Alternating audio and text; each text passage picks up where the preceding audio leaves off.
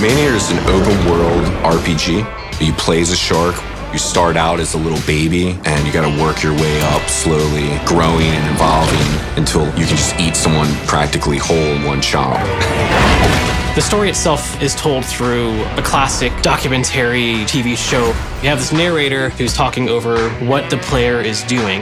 The merest drop of blood can alert a shark to a likely feast. Think about it as there's some high-tech drones, etc., following the shark around and just capturing its life. The game is presented as, after all this footage has been collected, the reality show developers, directors, producers have taken and made a show out of it. Maybe want to turn off that piano.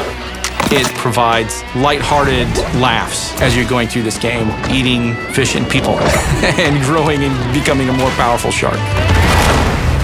Being a character artist, I'm always thinking about the character because it's how you're experiencing the world.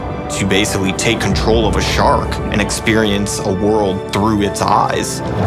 There's been shark games in the past, but being able to change your shark to create the type of shark that you want is what's going to make us unique and stand out. So the way the player shark has been constructed is that he can be customized. Does he take on attributes that are somewhat like a thresher shark, or can you customize his skin to where he has like slight patterning like a tiger shark? So really designing the player shark to where he could be the best parts of all the sharks you love the most was the most challenging but the most rewarding process.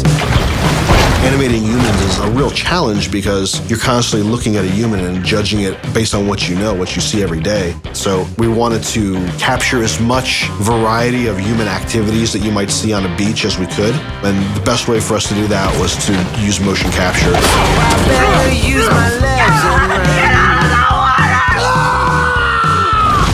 We got probably 600 different actions of beachgoers playing in the beach, doing stuff in the beach, moving around. Not every game does it where you capture the actor live and you're capturing all of their emotions and the nuance in their face and everything and translating that to the video game character. She's gonna make quite a mantelpiece.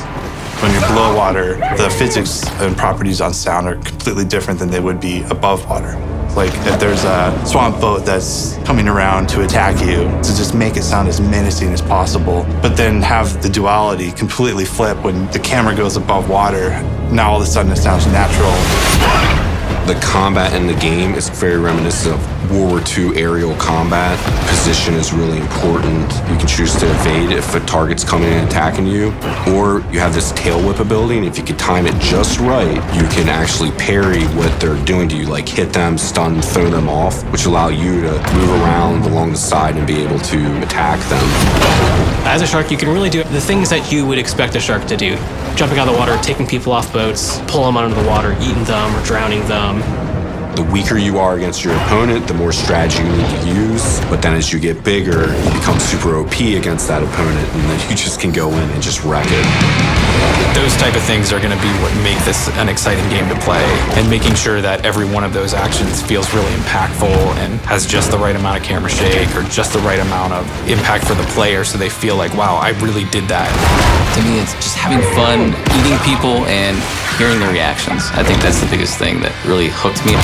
Playing Maneater is just that ultimate power trip.